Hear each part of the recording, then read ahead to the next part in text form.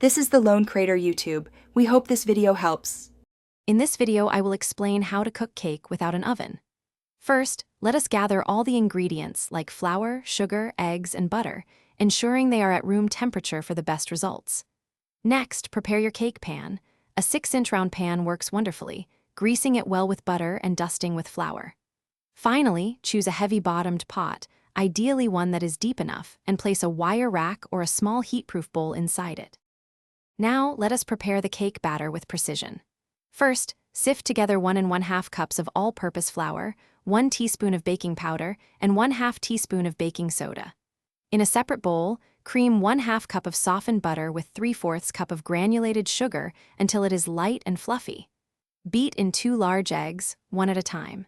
Gently fold the dry ingredients into the wet, alternating with 1/2 cup of milk, mixing just until smooth and combined, ready for the next step.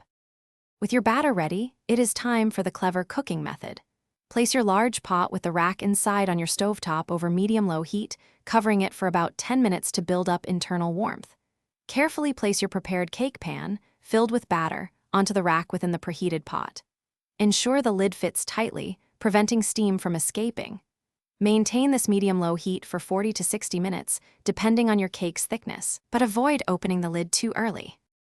After 40 to 60 minutes, carefully open the lid. Insert a clean toothpick into the cake center. If it comes out clean, your cake is ready. If not, cover and cook for 5 to 10 more minutes.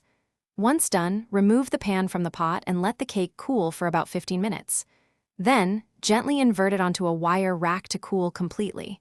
You now have a moist, delicious cake, baked without an oven, ready to enjoy with a simple dusting of powdered sugar or a delightful frosting. Thanks for watching. Consider subscribing if we helped you.